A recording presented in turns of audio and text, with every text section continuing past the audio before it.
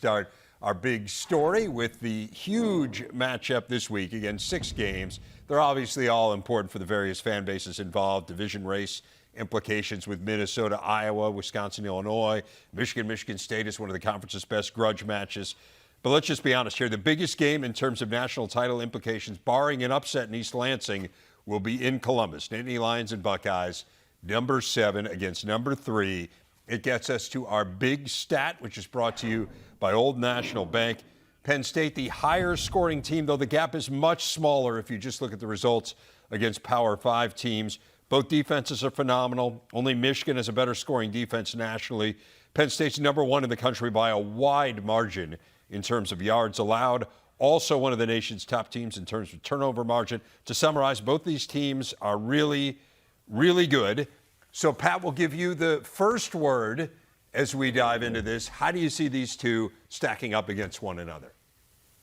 Well, I will be driving up I-71 for that one. It's going to be an awesome game. I think they're very evenly matched with a lot of similarities, really. They are good on both sides of the ball. You cannot find glaring weaknesses. They both have first-year starting quarterbacks who are performing really well, especially in the most important category. Don't give the ball to the other team. Kyle McCord threw an interception on his 12th pass of the year. Hasn't thrown one since, 158 passes. Drew Allar's never thrown a college interception, 241 passes total for him. They can run it, they can throw it. A little bit more explosive for Ohio State, maybe a little bit more star power defensively for Penn State, but this game I think is going to live up to all the billing. It's going to be a 4-quarter battle in the shoe. And when you really think about the position-by-position matchup, Pat, part of the reason I think a lot of us have eagerly anticipated this game is because it's probably the first time in a few years where Penn State takes the field and you have representative talent that's on par at quarterback, representative talent in the backfield that's on par with Ohio State, a line of scrimmage on really both sides of the ball that feels like just from a sheer talent and execution perspective is either on par with or even beyond the Ohio State University Buckeyes. And that's not something that we've often said coming into this game. We've known Penn State has had a chance. They have played really well. James Franklin has a win over Ohio State in that Big Ten championship season. But just sheer personnel-wise, this is the most gifted top-to-bottom squad that Penn State has brought into a matchup in Columbus. I'd say one comparison, though, at quarterback, like Pat's talking about, you got first-year starters there. We have seen Kyle McCord on the road in a hostile environment, having to respond in leverage moments. Drew Allar, this will be the stiffest test he's had as a Penn State starter on the road and having to respond when really a high-pressure defense is coming at him. No doubt, and we talked about that at the time with McCord, that was a drive in South Bend against what is a good Notre Dame team, a Notre Dame team that looks even better after seeing what they did against USC this past weekend, and he had to win the game, and he did. And so you feel really good about that if you're Ohio State. It's interesting you mentioned the like talent, and I do think, I don't want to say it's unfair to throw out the 1-8 record for James Franklin against the Buckeyes, but it also, I think, I don't want to say it ignores the fact, but it has coincided with an incredible era of Ohio State football. Right. I mean, they're historically really good, but they have been phenomenal here, right? Like James Franklin isn't the only one who isn't beating them. But part of that has been, right, like he's been steadily building this program. They did have the 1 year where they won the Big Ten, and so he's had some really, really good teams. He's had a number of 11-win teams. He had a Rose Bowl championship team a year ago. But this is the first time, Pat, where I think you can look at this matchup and, to Anthony's point, say you could make an argument that Franklin has the better team. Absolutely. I think you can make that argument. I'm prepared to buy that argument, frankly. I think defensively, they have so many good players out there on all 3 levels of the defense. They're well schemed and well coordinated by Manny Diaz. They really haven't faced a great offense yet, and I think they will in this matchup. I'll be interested to see if Ohio State can really crank up tempo and stay on the field offensively and put together drives, because I'm curious about this with Penn State, guys. It reminds me their defense has been so dominant. A little bit of Georgia 2021 and 2022. They weren't on the field very often. They're 3 and out, and they're back on the bench resting, and they're going to the substitutions in the second half. Are these guys ready to play 70, 80 snaps a game? They've been averaging 56.7 snaps defensively. Might have to play a lot more than that in this game, and do they have the conditioning and the stamina because their guys have they played enough reps to be ready for that? They're not big and huge like those Georgia teams with 330 up front, but you're going to need your linemen to be able to play an extended game, I think, because it's going to be a 4-quarter game. We did see in Penn State's last contest where they did attempt the vertical pass more frequently. Still didn't connect on it very often, but that's at least something where it looked like they tried to expand the offense. And against that Ohio State secondary, maybe the deepest secondary in the conference this season, it does feel like that would be a risk. Now, you're still going to want to try and scheme that up a bit against the Buckeyes and just see if you can find some vertical matchups there, I believe, because a game that grinds it out with two exceptional defenses would be great, I think, for both sides to come into the fourth quarter with it being uber competitive. But how versatile can you make your offense with Drew Aller as a quarterback and that big arm that they just haven't accessed that frequently this year? Jim Knowles is in a different place as a defensive play caller than where we've seen Ohio State defenses in recent years, where it's not just this consistent all-out blitz that you're going to get all the one-on-one matchups they can hope for. On the opposing sideline, though, it does strike me that regardless of who the secondary is and how exceptional the DB play is and the pass rush is for Penn State, we know that they will at times dial up those one-on-one matchups and see what they can do, even if it's a one-on-two matchup, to get the football to Marvin Harrison Jr. Now, the representative health for Ohio State, that is a bigger concern for the crowd in Columbus than it is for Penn State. The Buckeyes come in this game with key players who are banged up and uncertain. We are seeing Cade Stover emerge, though, showing like some great hands, catching the ball away from his frame. So maybe it's a tight end game for Ohio State, but you can certainly make the argument the best player on the field will likely be the receiver for the Buckeyes. So no matter what Penn State throws at him, you'd like the chances of them getting it to Marvin Harrison Jr. And fascinated to see the health equation, right? Yeah. Travion Henderson, we had heard he was close last week, and then he didn't go. Maybe the notion was, hey, let's make sure he's absolutely ready to go here. To their credit, like Dallin Hayden played great, right? I mean, if they can run the ball at that level and just kind of loosen up the defense a little bit and make it so that everyone can't focus on Marvin Harrison. But again, not having Emeka Egbuka. You made the point about Williams as well. Yeah. You made the point about Penn State. And I do think, I mean, we'll see here on Saturday. If you're the highest scoring offense in the Big Ten, which they are, and I know some of that gets distorted, special teams touchdowns and whatnot, and your defense putting you in great position, but maybe you don't need to stretch the field in that way. Like maybe you just don't need to do it. You take the high percentage passes. You've got enough of a running game to keep teams off balance. We'll see. I mean, it does feel like you should be more explosive, and they have been, but yeah, they're winning. A nip and tuck game. With they're more suited for a nip and tuck game now, but it's not an overwhelming Penn State rushing attack. It's a well above average, but it's not an overwhelming rushing attack that just dominates everyone. Less overwhelming than it felt a year ago, and that's what's a little strange, I think, given that they have the same personnel and an offensive line that we felt really good about. Tons more on that game, obviously, throughout the week. Let's transit battle for the Paul Bunyan Trophy. Last time they played in East Lansing was 2 years ago. Spartans pulled it out. It's actually the last game Michigan lost against a Big Ten team. They've won 19 straight against conference foes. 20 in a row would be a new school record. Pat, we know about all the issues that Michigan State has had this year on and off the field, frankly. Do you envision them giving Michigan a game here? You know, it's a rivalry game, and you hope they're just going to raise up and play with a great deal of inspiration and emotion. Not too much, but enough to, really stay on the field and be competitive in the game. It's going to be tough, though. I mean, very tough. You're going to try to get Nate Carter going, running the ball against a team that is difficult to run against. Hauser came in and obviously gave him quite a bit of a lift in the last game, and, have him maybe be able to make some plays and just not make mistakes, but Michigan is so solid all the way across the board. It's just hard to see areas where you can exploit them. I think really it's just going to come down to Michigan State supreme effort and execute as best you can and hope to extend this game and put Michigan into an uncomfortable situation. They haven't been in one, really. They haven't played a second half with any stress whatsoever. But if you can get 75,000 people behind you at Spartan Stadium and turn this into a little bit of a battle, you never know.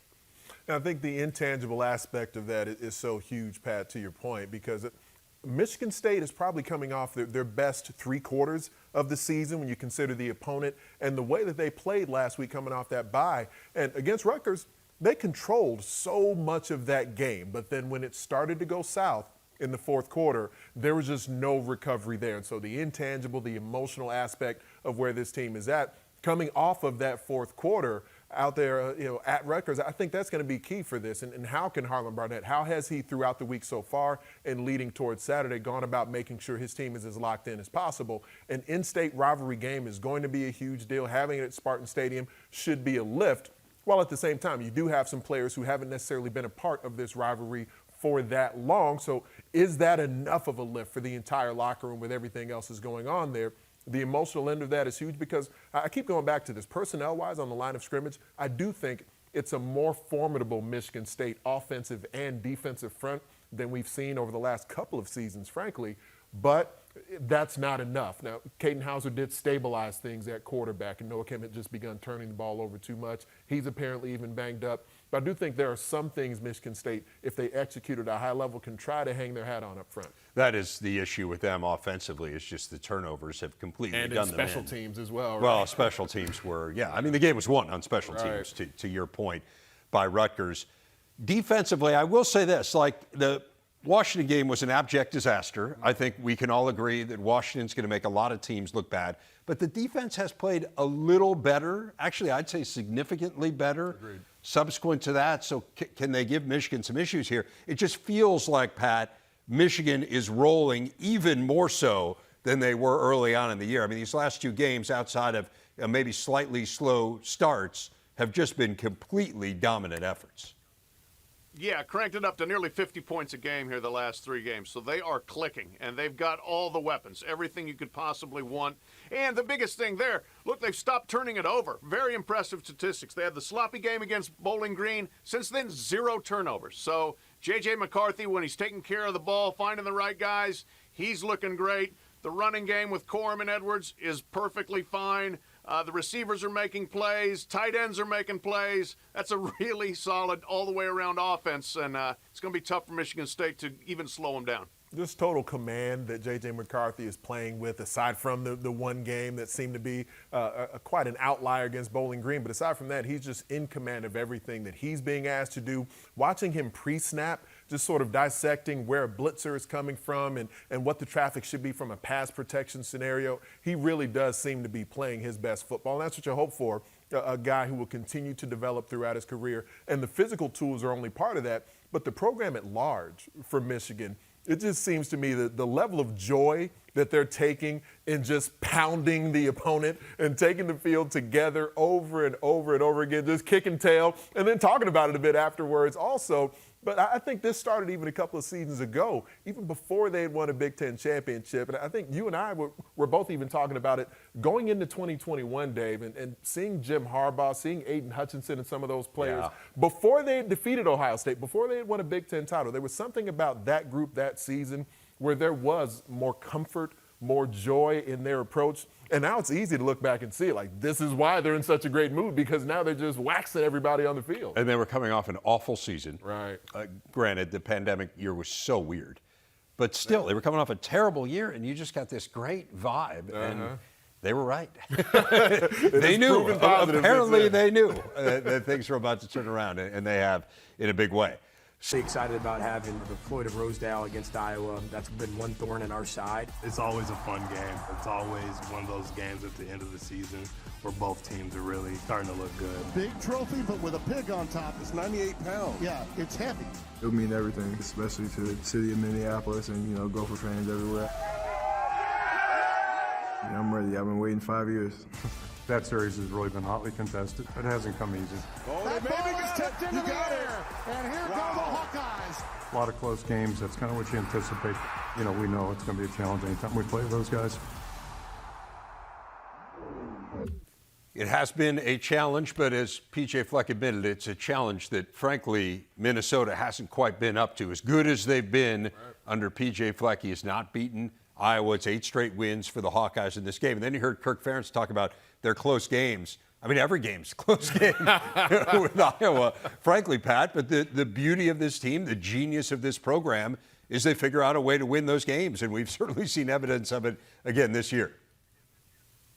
It's incredible. I mean, to be 6-1 with the worst offense in America is a testament to defense, special teams, knowing who you are, taking advantage of situations, and just being comfortable playing that way. And boy, is this game going to be that way, guys. I mean, the over-under is 32.5. I'm not a betting man, but if I were, I would take the under. I mean, I just think this is going to be a 13-10, 11-9 with 4 safeties. I don't know how it's all going to suss out, but it's going to be a classic, I think, Iowa game, and that fits with this Minnesota team as well. You know, Minnesota would be, I think, perfectly content to just get into a pound-it sort of trench game and see what happens. Neither team can throw the ball. See if anybody can hit a pass downfield. They're 13th and 14th in the league in yards per attempt. So this is basically just dance with what brung you, do what you know, and do what you do best, and we'll see who crosses midfield and who can get a score here and there. Maybe 3-2. I don't know. Is 2-1 possible as a final score? Who knows? But it doesn't feel like this is one of those games, Pat, where this Joe Rossi defense, surprisingly, 3 out of the last 4 opponents who faced Minnesota have, they've allowed 30 points or more. And I think it would probably be a stretch to think that this week's opponent would likely score 30 points or more against Minnesota. So it will be one of these games, very likely, that goes into the fourth quarter. And, for the relative health of the Gophers, I think that is a huge storyline. We haven't seen their top linebacker, Cody Lindenberg, throughout the season. Darius Taylor, an exceptional true freshman tailback, hasn't been able to play the last couple of weeks here, but coming off of a bye, we'll see whether or not the Gophers are getting healthier. Chris Altman-Bell, who was thought to be their best receiver and one of the most talented in the Big Ten, hasn't been able to play much since the early part of the season. So if the bye week was really key for the Gophers, then perhaps some of that talent is back in the lineup for them. And the offensive line, I think, has grown, whether it's been Taylor or others in the backfield. They've been able to run it effectively, but the quarterback position in Ethan Kaliak-Manis, can he sort of harness some of that talent, not only as a passer, but I'd love to see him as a bigger part of the Gophers' rushing attack as well, because he's more than athletic enough to get outside the pocket as they run their read zone look off the edge and just make the defense stay honest on that and allow some of those cutback lanes for the running backs, so that there are some things from a weaponry perspective that Minnesota can potentially have access to that Iowa, it feels like it'll be an even more insular version of the Hawkeyes because of so many injuries. Top 3 tight ends. Running backs have been banged up but getting healthier at the time. But at least the offensive line that's been able to stay in place here and mostly intact is starting to play at a much higher level. That was the thing that actually really struck me coming out of last week's game. So now we're talking about 2 straight games where you have run the ball really effectively. Right. You've done it with 2 different running backs. Mm-hmm. So now all of a sudden, if we could see that continuing, and I think the line is a huge part of it, but if you have a good enough running game and all the other things we've talked about, and you're just, hey, we're a 6 completions a game team, and that's kind of who we are, and that's who we're going to be. Clearly, you can win a lot of games that way. I mean, Pat, you said it, right? They're the worst offense in America, and it's not hyperbole. I mean, they're literally dead last in the nation in total offense, but there are a ton of programs, right? I mean, this is a top 25 program. So everyone other than the 23 ahead of them would gladly make the trade for, okay, this is what it looks like, but the results are the record, and the record's really good, and now you got the inside track to Indy. So I don't think you have anything to be ashamed of, particularly given all the injury issues that Anthony talked about. Maybe this would be a little bit different if you had Eric All and you had Luke Lachey and you had Cade McNamara, but this is where they are, and they've figured out the formula. Yeah, really. With those injuries, they could easily have gone south and be sitting there at 500 or something at this point. So I'm telling you, Kirk Ferentz in the running for Big Ten Coach of the Year. Cooper DeJean, heck, why isn't he in the running for Big Ten Player of the Year? I'm sure that Player of the Year will come from the East Division, but still, to be able to cobble together what they have is really impressive and remarkable, and it's sitting there for them to go to Indy and win the Big Ten West right now. This will be another challenge, and as Anthony pointed out, the open date sets up well for Minnesota. Maybe get some people back where Iowa's coming off a slobber knocker against Wisconsin. So I expect a good effort from Minnesota here. But what Iowa's doing is pretty remarkable. Well, what Iowa's doing is leading the Big Ten West right now. Let's take a look at those standings. Again, they are in the driver's seat with the tiebreaker against Wisconsin after that win against the Badgers in Madison. Everyone else has at least 2 conferences. Without Tanner Mordecai here, Pat, can Illinois get it going here? I personally thought this was going to be a far better team than they've been, wins and losses wise, and even performance-wise. I mean, frankly, that game against Nebraska was borderline unwatchable from them. But, man, this was a heck of a turnaround here against a good Maryland team. Really good win. Come back on the road, against a Maryland team that really had played well. So just to be able to get the victory there, a game-winning drive. Luke Altmaier's now had a couple of those. He had the one early against Toledo. Now he had that one, getting a lift from Caden Fagan, freshman running back, who gave him a little bit of a spark. They're starting, I think, to find a little bit more offensively. And, does that carry over now against a wounded Wisconsin team? So, it sets up for Illinois to be able to salvage some of this season. I agree with you. They've been disappointing. Their defense certainly had not played up to what we had seen from them in the past.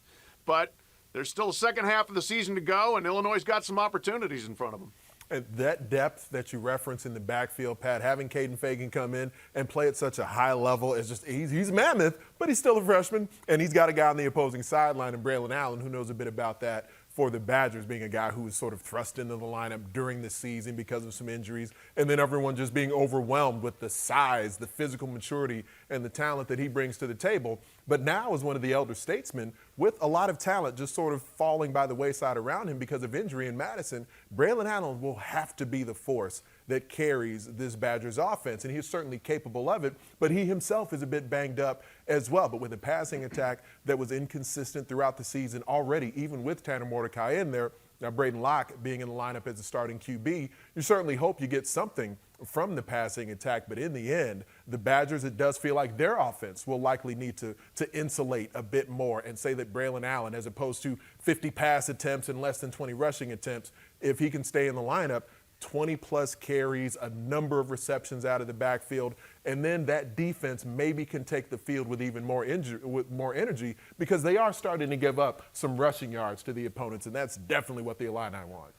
No doubt. It's interesting to look at Wisconsin, and even to this point, right, because the Mordecai injury happened in the most recent game. So all year the issue has been if they can run the ball, they're in good shape, right? They've averaged more than 230 rushing yards in the games they've won. They're under 100 in the two games that they've lost. So the bottom line for them, as it has been for a long time, for all of the talk of an offensive overhaul and how different things were going to be, if they can run the ball, they'll win the game. If they can't run the ball, they're going to have a hard time doing it. Now, Illinois' run defense, as Pat was talking about a little bit earlier, has not been very good, but it just feels like here something felt different. There was a different vibe with the Illini in that game against Maryland. Now you come home for Brett Bielema. There's a little bit of a revenge factor, certainly a little extra incentive might be the best way to put it. I'm not sure it's revenge as much as it is, hey, I want to beat these guys.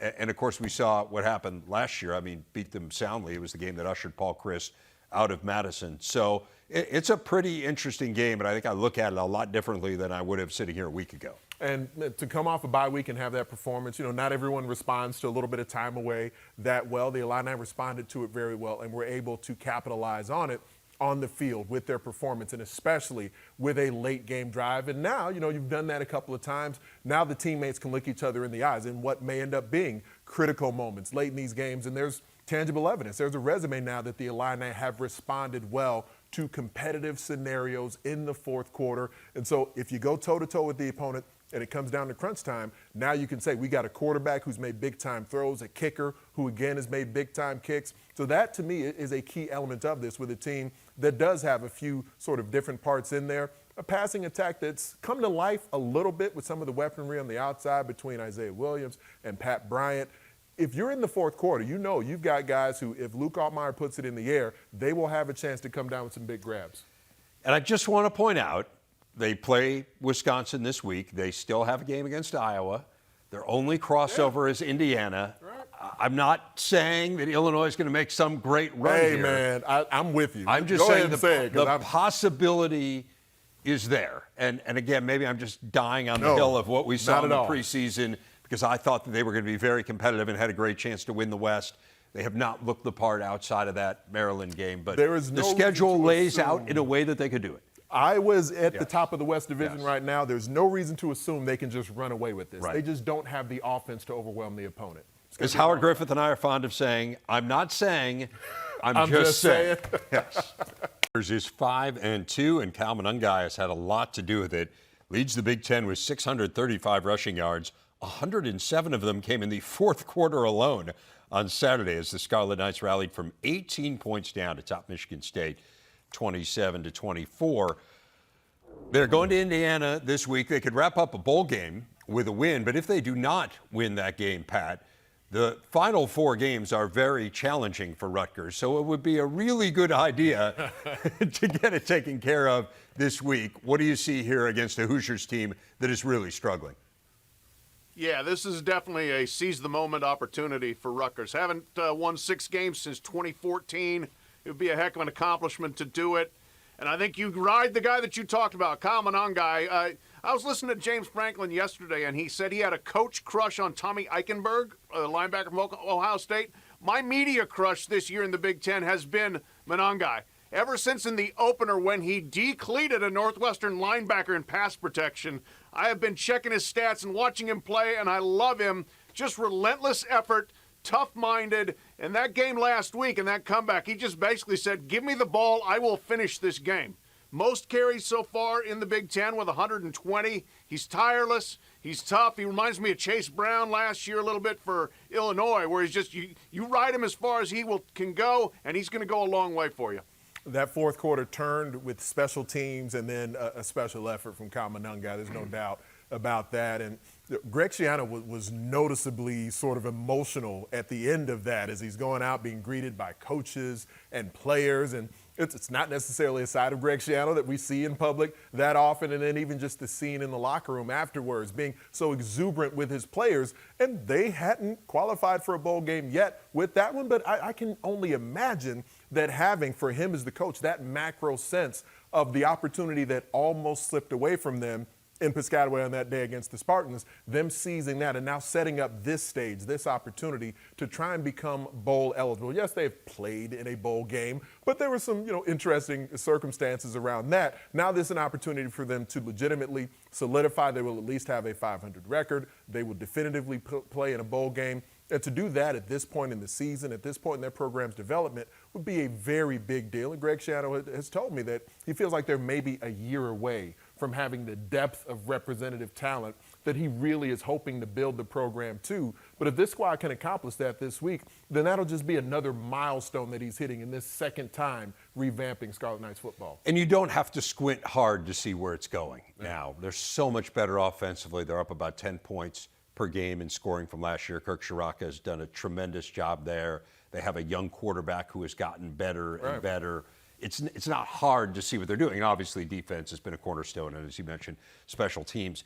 Indiana, I think it's a little more challenging to look at it and say, well, this is headed in a great direction. First of all, they've got to decide the quarterback situation. You've had revolving doors there, kind of the changing mid-game with Jackson and Sorsby. You've got a new offensive coordinator. It looked good for about a quarter, and then it looked like kind of the same thing, albeit against a really good opponent. But this is a huge game now for Indiana, because if you don't win this one, you go through the schedule and you look at it, it's hard to see where those wins are going to come. And honestly, the changing at quarterback doesn't bother me as much. It's obviously just dependent on performance of each individual guy and where their offense can potentially go. That can be accomplished well as long as their new offensive coordinator, Rod Carey, is just putting them in positions where they know the plays that they are likely to be asked to execute, and the offensive line can be in a position, especially if you're running a lot of read zone, as they love to do, where the offensive line stop can be very similar, very consistent. But having Jalen Lucas, there's not another player more electrifying that takes the football field in this particular matchup than him. And we did see some creative ways to have him involved in the offense. And so if you can do that, he's not going to be some sort of a volume carry running back for you, but really being creative in the types of touches that he gets against a Rutgers defense that will attack, that will move, shift, disguise. If you catch them outside of a gap and can just go hit your head on the goalpost because you have a talent like Lucas who can actually get in the open field, then it gives you that opportunity to have your team feeling like they are in a Big Ten contest late.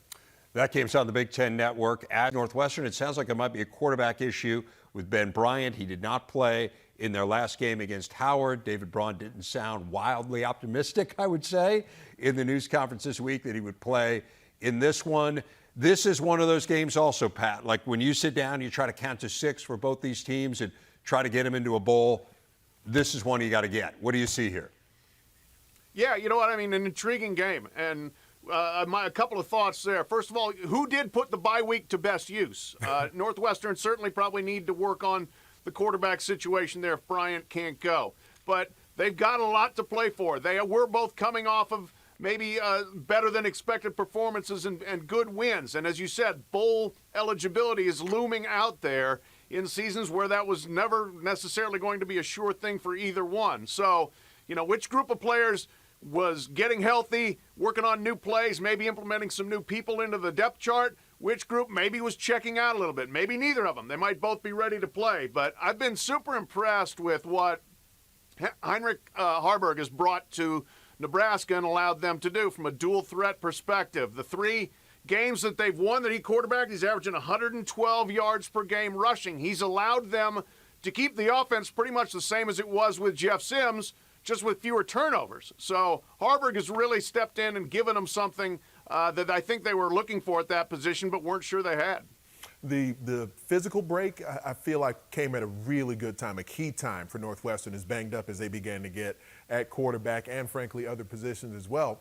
I think also just the mental and emotional break, just to have some time away, to be able to take a few days off in the midst of this season, was likely very key for the Wildcats also. Both are new head coaches, but Matt Rule has been in this position throughout the entirety of the year, really, since he first got hired, and we know everything that's surrounded Wildcats football. So to have a few days to sort of exhale and recognize at 3-3 the opportunity that still exists, that most of us didn't anticipate Northwestern would be in here, then this matchup in particular, I'm curious, schematically what they end up doing, what David Braun, to have a few days to say as head coach and also defensive coordinator, how do you attack this Nebraska offense that is they're at their best when it's the QB run game that leads them, Jeff Sims getting healthier and healthier, but I think most of us anticipate that Heinrich Harburg will continue to be behind center. So how do you control the QB run game? What do you do with Bryce Gallagher, with Xander Mueller, to try and make sure you keep them between the tackle boxes, get them into some predictable downs and distances where Anto Saka and some of those other defensive linemen can, in a predictive scenario, rush the quarterback? That, to me, is one where I think the bye week, Northwestern probably needed it even more than Nebraska did, just for where their program is at, and to be able to really sort of hone in schematically on how they can sort of best suit this matchup. To me, you've hit on exactly what this game is about. It's just going to come down to whether or not Northwestern can stop the run. Yeah. It has not been a forte of theirs over the last couple of years. They once again last in the Big Ten in rushing defense. If you can slow down Nebraska a little bit, maybe you have a shot. Obviously, the injury to Bryant hurts quite a bit. Right. Northwestern was able to throw the ball at will against Nebraska a year ago in Dublin. Different group, but still, that seems to be the formula for the Cats against the Huskers. On the style of football that Michigan plays and the excellence that J.J. McCarthy is able to lead their offense with. So even though he doesn't pass with the volume of other quarterbacks, he's amongst the national leaders in yards per attempt. He's amongst the national leaders, I think, number 2 in completion percentage, amongst the national leaders in pass efficiency. And so he is so deadly accurate when he's delivering the football, and there's still highlight reel moments, not only with his arm, but with his legs as well. And we know the games that await them coming down the stretch this season. The in-state rivalry this week, huge matchups in November. So the stage will be there for J.J. McCarthy to be a big part of this conversation moving forward. We have a little bit of fun with it at times about where things are at from Iowa and their special teams and the punting is winning T-shirts and everything else in Iowa City. Tory Taylor is not likely to be a Heisman finalist or be in New York. He's certainly not going to win the award. But, man, if it was just about the most impactful player, the player who is most pivotal in their team's success, Tory Taylor would be a part of that conversation. I mean, about 40% of his punts end up inside the 20-yard line. He has the most punts in the Big Ten by a significant margin, but also leads in punting average by a significant margin as well. So he's got the booming leg. He's got the accuracy. And I would argue there's not another punter in the country with more pressure on them than Tory Taylor, because the team is in a championship hunt and an offense that continues to put him in disadvantageous scenarios, and he delivers over and over and over again. You know, maybe 80 years ago, he'd have a legitimate chance. He probably doesn't this season, but man, probably doesn't. You're just I'm not going to close the door. Talking about a punter to win the Heisman. I'm not going to close the door on it, Dave. He's going to win the Ray Guy Award. Come on. And he deserves it. They have quarterback awards, That's the most too. Iowa thing I